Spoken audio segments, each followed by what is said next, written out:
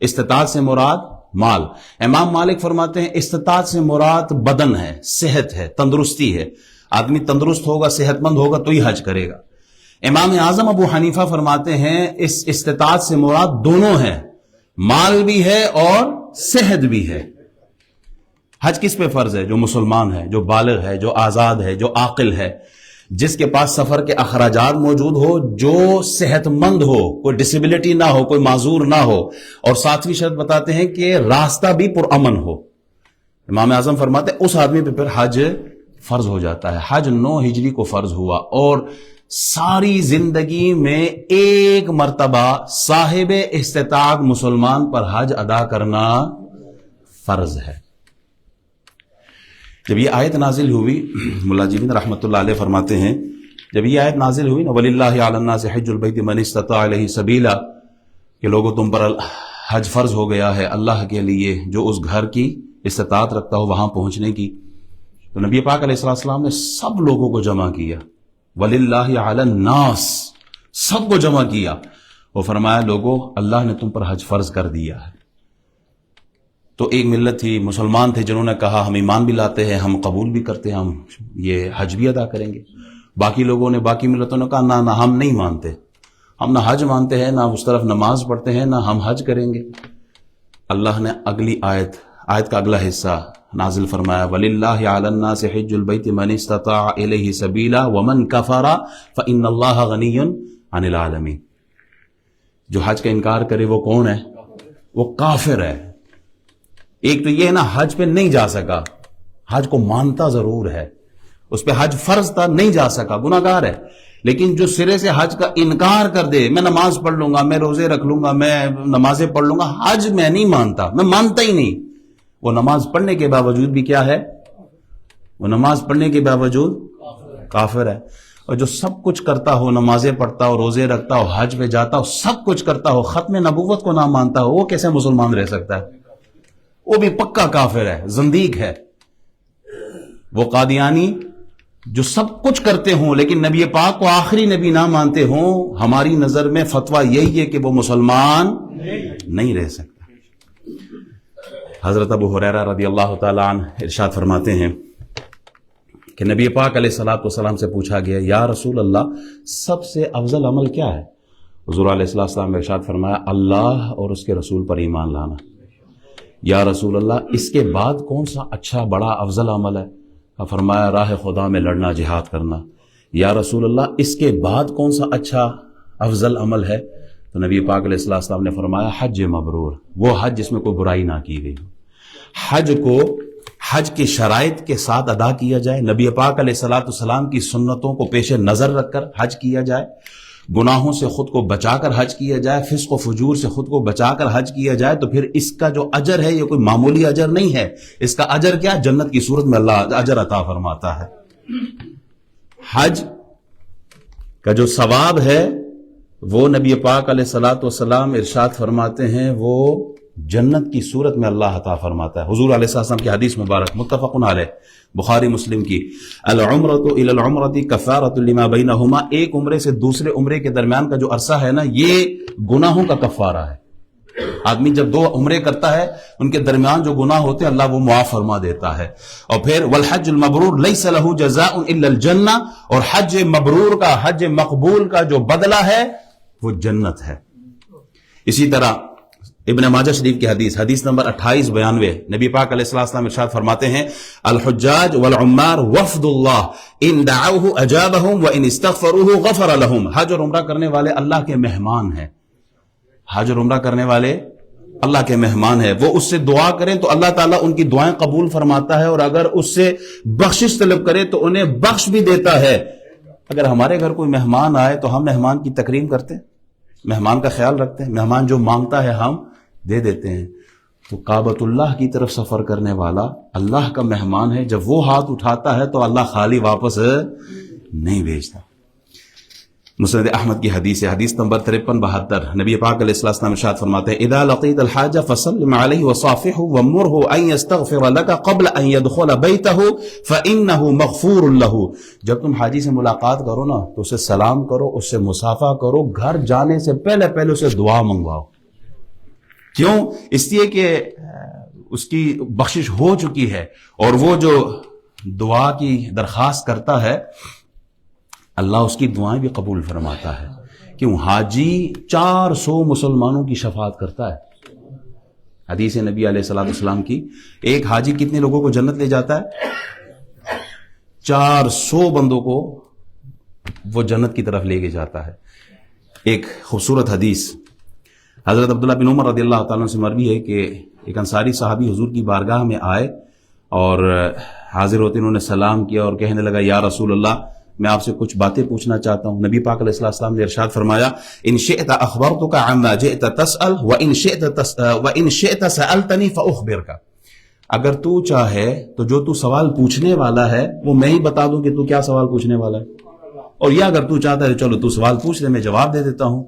آگے وہ صحابی کیا کہتے ہیں فقال لا یا نبی اللہ اخبرنی عما جئت اسألک، وہ انصاری صحابی کہتے ہیں یا رسول اللہ آپ ہی بتا دیں میں کیا پوچھنے آیا ہوں، وہ سوال کیا ہے؟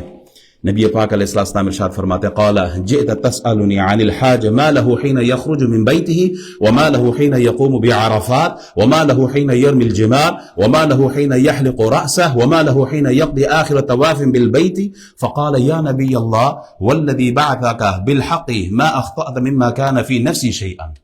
یا رسول اللہ آپ ارشاد فرمائیں کہ وہ سوالات کیا ہیں؟ نبی پاک علیہ السلام ارشاد فرماتے ہیں تو حج سے متعلق سوال کرنے آیا تھا کہ حاجی جب گھر سے نکلتا ہے حج کے ارادے سے اس کو کیا ثواب ملتا ہے، طواف کے بعد اس کو جو 2 رکعت نماز پڑھتا ہے اس کا کیا اجر ملتا ہے، صفا مروہ میں جب وہ دوڑ لگاتا ہے صفا مروہ جب صحیح کرتا ہے تو اس کا کیا اجر ملتا ہے، میدان عرفات میں ٹھہرنے کا کیا اجر ملتا ہے، کنکری مارنے کا کیا اجر ہے، حلق کرنے کا کیا اجر ہے، قربانی کا کیا اجر ہے، اور آخر میں طواف زیارت کا کیا اجر ہے۔ یہ سارے سوالات نبی علیہ الصلوۃ والسلام نے جو وہ پوچھنے آیا تھا حضور نے سارے بتا دی۔ وہ آگے سے کیا کہتا ہے فقال یا نبی اللہ، اے اللہ کے نبی والذی بعثک بالحق، قسم اس ذات کی جس نے آپ کو نبی بنا کر بھیجا ہے، ما اخطأت مما كان في نفسی شیئا، جو کچھ میرے دل میں تھا کہ میں پوچھوں گا آپ نے کوئی چیز چھوڑی نہیں، سارا کچھ ہمیں بتا دیا۔ نبی کو دیوار کے پیچھے علم نہیں کہ کیا ہے، حضور تو دلوں کا حال بھی جانتے ہیں۔ اللہ اکبر۔ نبی پاک علیہ السلام ارشاد فرماتے ہیں فإن له حين يخرج من بيته أن راحلته لا تخطو خطوة إلا كتب له بها حسنة أو حطت عنه بها خطيئة۔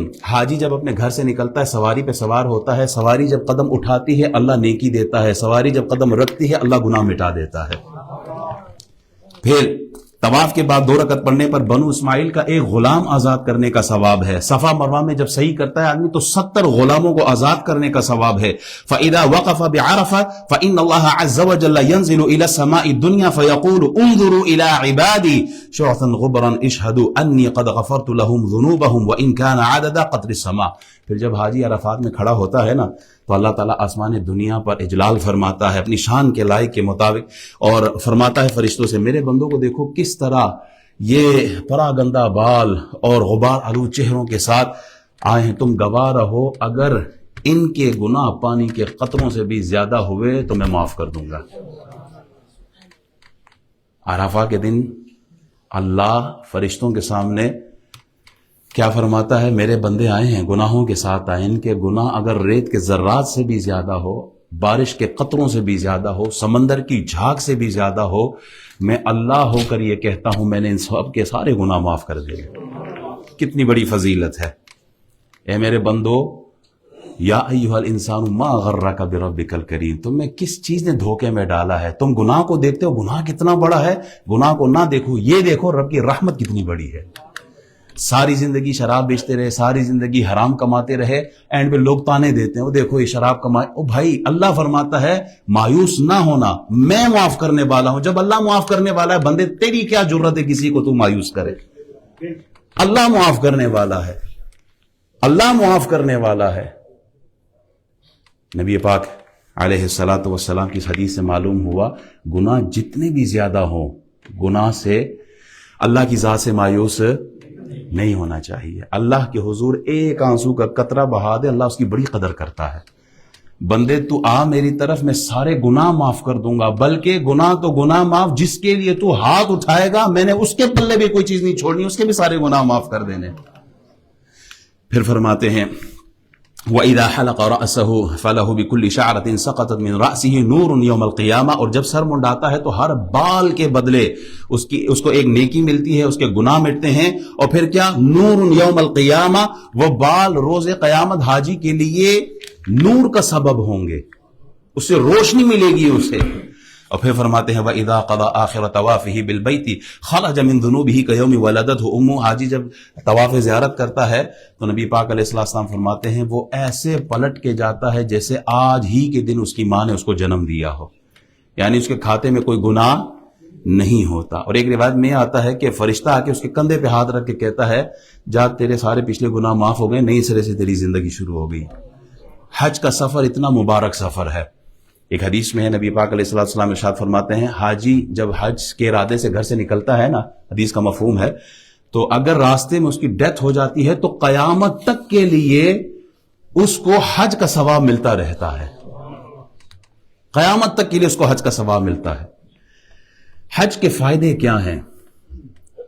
پہلا فائدہ اور مقصد یہ ہے من حج فلم یرفث ولم یفسق رجع کیوم ولدتہ امہ، جس نے حج کیا اور کوئی گناہ کا کام نہ کیا، کوئی فسق و فجور کا کام نہیں کیا، کوئی بے حیائی بری بات نہیں کی، کوئی فتنہ فساد نہیں ڈالا، پلٹ کے ایسے جائے گا جیسے اس دن اس کی ماں نے اس کو جنا ہے۔ یہ حدیث ہے رسول اللہ صلی اللہ علیہ وسلم کی۔ عبداللہ بن عباس فرماتے ہیں، حدیث ہے یہ مسند ابو یعلا کی جلد 4 صفحہ 330، حدیث 2441۔ حدیث کیا ہے؟ ایک نوجوان شخص عرفات کے میدان میں نا وہ عورتوں کی طرف دیکھ رہا ہے، نبی پاک علیہ السلام گئے، اس کا سر پکڑا اور دوسری طرف موڑ دیا، اور آپ علیہ السلام نے ارشاد فرمایا ان ھذا یوم من ملک فیہ سمعہ وبصرہ ولسانہ غفر لہ، آج وہ عظیم دن ہے کہ جو شخص اپنے کان، اپنی آنکھ اور اپنی زبان کی حفاظت کرے اور اس پر کنٹرول کرے، اللہ اس کی بخشش فرما دیتا ہے۔ حج گناہوں کو معاف کرواتا ہے۔ نبی پاک علیہ السلام ارشاد فرماتے ہیں بار بار حج اور عمرہ کیا کرو۔ کیوں؟ فرماتے ہیں کیونکہ یہ فقر کو، محتاجی کو، غربت کو اس طرح دور کرتا ہے اور گناہوں کو اس طرح دور کرتا ہے۔ دو چیزیں ہو گئی، غربت ختم کرتا ہے اور گناہ ختم کرتا ہے۔ کیسے؟ فرماتے ہیں جیسے آگ کی بھٹی میں سونا ڈالا جائے، چاندی ڈالی جائے اور یا لوہے کو ڈالا جائے، جس طرح اس کا زنگ دور ہوتا ہے نا آگ کی بھٹی میں، اسی طرح حج اور عمرہ بندے سے گناہ دور کر دیتا ہے اور بندے سے غربت دور کر دیتا ہے، پھر وہ فقیر نہیں رہتا۔ عراق سے ایک حج کا قافلہ آیا نا، تو فاروق اعظم رضی اللہ تعالیٰ عنہ جو تھے وہ صفا اور مروہ کے درمیان بیٹھے ہوئے تھے۔ آپ نے پوچھا کیسے آئے ہو؟ کہا حج کے لیے آئے ہیں۔ فرمایا اور کوئی ارادہ تو نہیں، یعنی کوئی قرض تو نہیں ہے کسی پر، کوئی تجارت کے لیے تو نہیں آئے، کوئی وراثت کا معاملہ تو نہیں ہے، کوئی لین دین کا مسئلہ تو نہیں، صرف حج کے لیے۔ فرماتے ہیں پلٹ کے پھر واپس ایسے جانا کہ پچھلے سارے گناہ اللہ نے تمہارے معاف کر دیے ہیں، نئے سرے سے زندگی شروع کرو۔ اللہ تعالیٰ سارے گناہوں کو معاف فرما دیتا ہے۔ فضیل بن عیاض عرفات کے میدان میں کھڑے ہیں اور دیکھ رہے ہیں لاکھوں کا اجتماع، لوگ رو رہے ہیں، مرد، عورتیں، بچے، اللہ کے حضور رجوع، اللہ کے حضور اپنے توبہ استغفار، اپنے گناہوں پر شرمندہ پشیمان، روئے جا رہے ہیں، اللہ کی رحمت کے دروازے پہ دستک دیتے جا رہے ہیں۔ فضیل بن عیاض نے ایک آدمی سے پوچھا یہ تو بتاؤ اتنی مخلوق، یہ لاکھوں کا اجتماع اگر کسی دنیا دار کے دروازے پر جا کر ایک درہم کا کچھ حصہ مانگ لے تو کیا وہ انکار کرے گا؟ دنیا دار آدمی، آج کے حساب سے اگر میں بات کروں، لاکھوں کا اجتماع کسی ایک دنیا دار آدمی، بخیل سے بخیل آدمی، کنجوس سے کنجوس تر، اس کے دروازے پہ جا کے نو کرے کہ ہمیں 50 پینس چاہیے، ایمانداری سے بتائے لاکھوں کے اجتماع کو وہ 50 پینس سے کیا روکے گا؟ منع کرے گا؟ کوئی اتنے لوگ، اتنے مخلوق آئے، یہ لوگ 50 پینس کیا 50 پونڈ لے لو۔ فضیل بن عیاض فرماتے ہیں لاکھوں کے اجتماع کو اگر ایک دنیا دار آدمی خالی نہیں موڑتا تو میرا رب اتنا رحیم کریم ہے، اتنی مخلوق آئی اللہ کے حضور ہاتھ اٹھا کے روئے جا رہے ہیں، میرے اللہ کے لیے تو اس سے بھی زیادہ آسان ہے کہ وہ دنیا دار 50 پینس دے، میرا اللہ ان سب کی مغفرت فرمانے پر قادر ہے۔ اللہ کے لیے یہ اس سے بھی زیادہ آسان ہے، اللہ تعالیٰ معاف کرنے والا ہے۔ تو حج کا ایک مقصد کیا ہے کہ آدمی کے گناہوں کو معافی مل جائے۔ دوسرا، حج کا ایک مقصد یہ ہے کہ یاد الہی اور توحید کا اعلان ہے۔ حاجی سفر شروع کرتا ہے، سفر کی ابتدا سے لے کر انتہا تک وہ اللہ کو یاد کرتا ہے. ابھی احرام پہنا تو تلبی پڑھنا شروع کر دیا, لبیک اللہم لبیک لبیک لا شریک لک لبیک ان الحمد والنعمت لک والملک لا شریک لک. اس نے پڑھنا شروع کر دیا. اس سفر کی ابتدا بھی اللہ کی یاد سے ہے, اس سفر کی انتہا بھی اللہ کی یاد پر ہے. جہاں جاتا ہے, وہ منا ہو, وہ مزدلفہ ہو, وہ عرفات ہو, وہ طواف میں ہو, وہ صفا مروہ میں ہو, ہر وقت اس کی زبان پر اللہ کی یاد, ہر وقت اللہ کو یاد کرتا ہے. اللہ کے حضور اپنے گناہوں کا وہ توبہ استغفار کرتا ہے, رجوع کرتا ہے اللہ کی طرف. تو حج کے سفر کا ایک مقصد اللہ کی یاد ہے اور اعلان توحید ہے. حج کا ایک مقصد اعمال زندگی کی تبدیلی ہے. حج در حقیقت میں گزشتہ زندگی اور آئندہ زندگی کے درمیان حد فاصل ہے. حج سے پہلے آدمی بے نمازی تھا, بد اخلاق تھا, زبان کا اچھا نہیں تھا, دین سے دور تھا, مسجد کے قریب کسی نے نہیں دیکھا, نمازیں کوئی نہیں پڑھتا. لیکن جب حج سے پلٹ کر آتا ہے تو سب سے پہلے اس کے چہرے پر سنت رسول کی صورت میں تبدیلی نظر آتی ہے. سب سے پہلے وہ داڑھی رکھ لیتا ہے. حج سے پلٹ کر آتا ہے تو پہلی صف کا نمازی بن جاتا ہے. حج سے پلٹ کر آتا ہے تو پھر وہ دینداری اپناتا ہے, اخلاق اچھے ہوتے ہیں. جس کی زبان پر ہر وقت گانا تھا, اب وہ ہر وقت اللہ کا ذکر کر رہا ہوتا ہے. کہا یہ حج کی وجہ سے تبدیلی آئی ہے زندگی میں. اسی لیے تو کہہ رہے ہیں گھر پہنچنے سے پہلے دعا مانگ لو. اور جن کی زندگی میں تبدیلی نہ ہے نا, ان کے لیے لوگ کہتے ہیں گھر پہنچنے سے پہلے دعا, اور گھر پہنچنے کے بعد پناہ مانگو. یہ بھی ہوتے ہیں, ایسے بھی حاجی ہوتے ہیں, گھر پہنچنے سے پہلے دعا اور گھر پہنچنے کے بعد اللہ ہی بچائی رکھے. تو پھر ایسے آدمی نے حج کا نور تو نہیں ملا نا.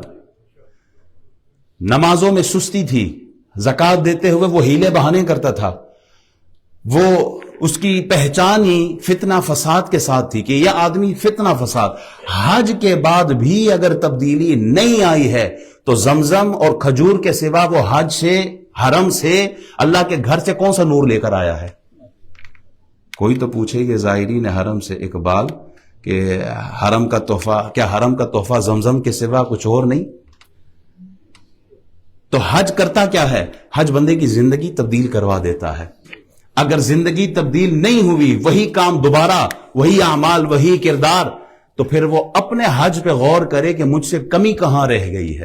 اللہ نوازنے میں کسی کو بھی اللہ محروم, کمی کوتاہی بندے کے اپنے اعمال میں, اپنی نیت میں ہے. اللہ تو نوازنے والا ہے. حج معاشرے میں, کمیونٹی میں تبدیلی کیسے لاتی ہے؟ آدمی کو ذمہ دار بنا دیتی ہے. حاجی حج پہ جانے سے پہلے اپنی بیوی بچوں کے نان نفقے کا, خرچے کا اہتمام کرتا ہے نا. بیوی بچوں کو ویسے تو نہیں چھوڑتا, پہلے ان کے کھانے پینے کا, رہائش کا سارا جو انتظام ہے وہ پورا کر کے حج پہ جاتا ہے. کسی سے قرضہ لیا ہوا ہو تو قرضہ واپس کرتا ہے. ایسا تو نہیں ہو سکتا نا کہ مال دبا کے, چوری کر کے اللہ کے حضور جائے. نہیں, پہلے وہ ذمہ داری جو اس کے اوپر ہے اللہ رسول کی طرف سے, اسلام کی طرف سے, وہ اسے ادا کرتا ہے. قرضہ ہے تو قرضہ ادا کرتا ہے, کسی کا حق ہے تو اس کا حق ادا کرتا ہے. پھر اس کے بعد وہ سفر حج کی طرف جاتا ہے. اس کے ساتھ دشمنوں سے دوستی. حاجی جب حج پہ جاتا ہے نا تو جتنے بھی روٹھے ہوئے لوگ ہوتے ہیں سب کو مناتا ہے. جس کو اس نے تنگ کیا ہے, جس کا حق دبایا ہے, جس کی حق تلفی ہوئی ہے, پہلے جا کر ان سے معافی مانگتا ہے. جن کے ساتھ دشمنی تھی ان کو دوست بنا کر پھر حج کا سفر کرتا ہے. حج کا ایک فائدہ یہ ہے کہ کمیونٹی میں امن و امان, پیار محبت اور جو رشتے ٹوٹے ہوئے ہیں ان کو جوڑ کے جاتا ہے. ماں باپ کو ستایا ہو, ماں باپ کو رلایا ہو اور اسی طرح چھوڑ کر وہ حج پہ چلا جائے, تصور ہی نہیں ہو سکتا. کعبے کے دروازے سے لٹک بھی جائے نا, وہاں سے مانگتا رہے, اللہ راضی نہیں ہوگا اگر ماں باپ کو ستا رہا ہے اور ماں باپ کو ناراض کیا ہوا ہے. پہلے ماں باپ کو راضی کرے. کیوں؟ اس لیے کہ باپ کی رضا میں اللہ کی رضا ہے. باپ بد دعا دے رہا ہو اور بیٹا جا کے سجدے پہ سجدہ کر کے اللہ کو منائے, کیسے؟ اللہ ہی نے تو حکم دیا ہے کہ ماں باپ کا وَقَضَىٰ رَبُّكَ أَلَّا تَعْبُدُوا إِلَّا إِيَّاهُ وَبِالْوَالِدَيْنِ إِحْسَانًا. ماں باپ کو ستا کر اللہ کو راضی نہیں کیا جا سکتا. تو حج اخلاقی, روحانی, معاشرتی اصلاح کا ذریعہ ہے. پھر حج کسب حلال کی ترغیب دیتا ہے. آدمی جب حج پہ جاتا ہے تو حلال مال کے ساتھ جاتا ہے نا. ناپاک قمیض کو، ناپاک کپڑے کو پیشاب یا شراب سے دھو کر صاف، مثال سمجھ میں آ رہی؟ ناپاک کپڑا ہو اس کو شراب کے ساتھ یا پیشاب کے ساتھ پاک کیا جا سکتا ہے؟ اس کے لیے کیا کرنا ہے؟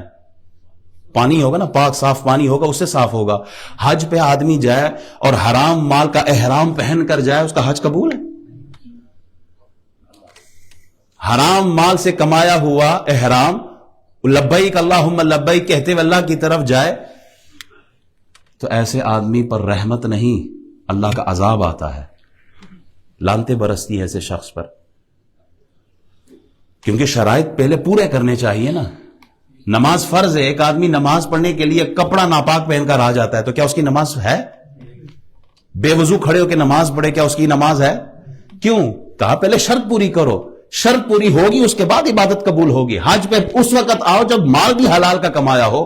حرام مال کا لقمہ کھایا ہے، تمہاری 40 دن کی عبادت قبول نہیں ہے، تمہاری نمازیں قبول نہیں ہے، تمہاری دعائیں قبول نہیں ہے. حرام مال سے حج کی طرف جا رہے ہو، تمہارا حج کیسے قبول ہوگا؟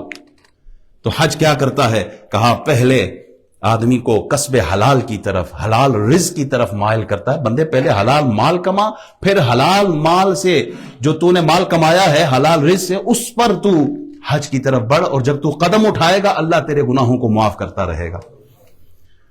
حج اتحاد اور اتفاق کا درس دیتا ہے. لاکھوں لوگ، ہزاروں زبانیں بولیاں بولنے والے، مختلف رسم و رواج کے، مختلف کلچر کے، مختلف رنگ و نسل کے لوگ جب ایک جگہ اکٹھے ہوتے ہیں، ایک جگہ ایک میدان میں اکٹھے ہوتے ہیں، ان کی محبت، آپس میں پیار، تعلق، وہ پوری دنیا کو میسج دیتا ہے. لوگوں، ہم ایک ہی میدان میں کھڑے ہو کے ایک اللہ کو ماننے والے ہیں، ایک نبی کا کلمہ پڑھنے والے ہیں، ایک کعبے کی طرف رخ کر کے نماز پڑھنے والے ہیں، ایک ہی چادر احرام میں، ایک ہی زبان پر تلبیح پڑھنے والے لوگ پوری دنیا کو میسج دیتے ہیں مسلمان آپس میں بھائی بھائی ہے. انما المؤمنون اخوہ، مسلمانوں کے درمیان کوئی تعصب نہیں ہے. ہم نے ایک لباس پہنا ہے، ہم رنگ میں مختلف ہو سکتے ہیں، زبانوں میں مختلف ہو سکتے ہیں، لیکن مقصد سب کا ایک ہے، وہ اللہ کی رضا ہے. مسلمان چاہے وہ کشمیر کا ہو، کشمیریوں سے ہمارا رشتہ کیا خون کی بنیاد پر نہیں، کشمیریوں سے ہمارا رشتہ لا الہ الا اللہ کی بنیاد پر ہے. فلسطینیوں سے ہمارا تعلق خون کی بنیاد پر نہیں، ہمارا فلسطینیوں سے تعلق لا الہ الا اللہ کی بنیاد پر ہے. افغانیوں سے ہمارا تعلق لا الہ الا اللہ کی بنیاد پر ہے. ایران سے ہمارا تعلق لا الہ الا اللہ کی بنیاد پر ہے. ہم مسلمان ایک قوم ہے. رسول اللہ صلی اللہ علیہ وسلم فرماتے ہیں المؤمن للمؤمن کالبنیان. اور پھر آپ علیہ الصلوۃ والسلام نے اپنی ہاتھ کی انگلیوں کو، مبارک انگلیاں ہے، صرف سمجھانے کے لیے کہہ رہا ہوں، ہاتھ کی انگلیاں یوں بند کی ہے. مسلمان دوسرے مسلمان کے لیے ایک دیوار کی مانند ہے، جو کہ ایک اینٹ دوسری اینٹ کو آپس میں مضبوط کرتی ہے. انگلیاں ڈال کر آپ علیہ السلام نے سمجھایا کہ مسلمان اس طرح ہے. اللہ اکبر. حج ہمیں مساوات کا درس دیتا ہے. حج کا ایک مقصد یہ ہے کہ دنیا سے رنگ و نسل کا جو امتیاز ہے، جو فرق ہے، اسے مٹایا جائے. دولت مند آدمی اور غریب آدمی کے درمیان جو سٹیٹس کا فرق رکھا ہے، حج اس سٹیٹس کے فرق کو مٹانے کے لیے آیا ہے. شاہ ہو، گدا ہو، امیر ہو، غریب ہو، کالا ہو، گورا ہو، عربی ہو، اجمی ہو، غلام ہو، آقا ہو، سب ایک لباس پہن کر ایک میدان میں کھڑے ہو کر یہ پیغام دیتے ہیں کہ ایک ہی صف میں کھڑے ہو گئے محمود و ایاز، نہ کوئی بندہ رہا نہ کوئی بندہ نہ. یہ نہیں ہے کہ ایک آدمی 5 سٹار ہوٹل میں رہتا ہے، 7 سٹار ہوٹل میں رہتا ہے، اور دوسرا جو ہے وہ جھونپڑی میں رہتا ہے، تو ان کے درمیان فرق ہے. ایک جو ہے وہ اعلیٰ کپڑے کا احرام پہن کر آیا، دوسرا جو ہے وہ تھوڑا کمزور لباس پہن کر آیا، احرام پہن کر آیا، تو ان کے حج میں کوئی فرق ہے؟ ایسا نہیں ہو سکتا. ایک بزنس کلاس کا ٹکٹ لے کر آیا اور ایک اکانومی میں بیٹھ کے آیا، تو ان کے درمیان حج کا کوئی فرق ہے؟ نہیں. اللہ کی نظر میں حج میں کوئی فرق نہیں ہے. ہاں، فرق کہاں ہے؟ ان اکرمکم عند اللہ اتقاکم. تم میں سے جو بہترین آدمی ہے وہ تقوی کے لحاظ سے ہے. جس کا تقوی جتنا زیادہ ہوگا اللہ کے اتنا ہی قریب ہوگا. انہی کہ میں بزنس کلاس کا ٹکٹ کر کے آیا ہوں، 7 سٹار ہوٹل میں رہتا ہوں، وی آئی پی پروٹوکول مل رہا ہے، تو میرا حج ذرا سب سے آگے ہو گیا. نہیں، اللہ کی نظر میں ان چیزوں کی کوئی حیثیت نہیں ہے. اللہ کے ہاں مقبول وہ ہے جو تقوی کا لباس پہنتا ہو. جو متقی پارسا ہوگا اللہ کے حضور وہی کامیاب ہے۔ حج ہمیں آخرت کی یاد دلاتا ہے۔ دو احرام کے کپڑے ہم پہنتے ہیں نا، ہمیں کفن یاد آتا ہے۔ حج یہی بتاتا ہے بندے آج تو خود آ رہا ہے نا حج کی طرف، کعبۃ اللہ کی طرف، کل تجھے 4 بندے کندھوں پہ اٹھا کر اسی لباس تو نے پہنا ہوگا اللہ کے حضور لے کے جائیں گے۔